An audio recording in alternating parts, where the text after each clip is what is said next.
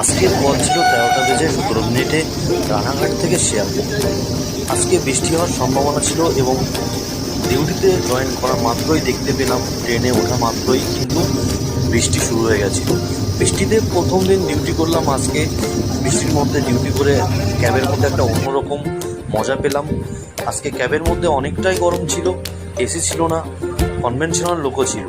Finally আমি ডেস্টিনেশনে আমরা পৌঁছে গেলাম শিয়ালদাতে 3:20 তারপর আমরা চলে গেলাম চায়ের দোকানে চা খেতে। তারপর সবাই আমরা দুটো বন্ধু ছিলাম, দুই বন্ধু মিলে চা অর্ডার করে খেয়ে দিয়ে তারপর আবার অ্যাজ প্যাসেঞ্জার আমরা ব্যাক করলাম রানাঘাট স্টেশনে নেমে আমি ডিউটি অফ করে তারপর বেরিয়ে পড়লাম বাড়ির পথে। আজকে বাইক নিয়ে আসিনি, আজকে বৃষ্টির কারণে আমি বাইকটা নিয়ে বের করিনি। তো বাড়িতে ফাইনালি পৌঁছে গেলাম, রাত্রেবেলা খাওয়া দাওয়া করলাম, মা গরম গরম ভাত রান্না করেছিল, তারপর ঘুমিয়ে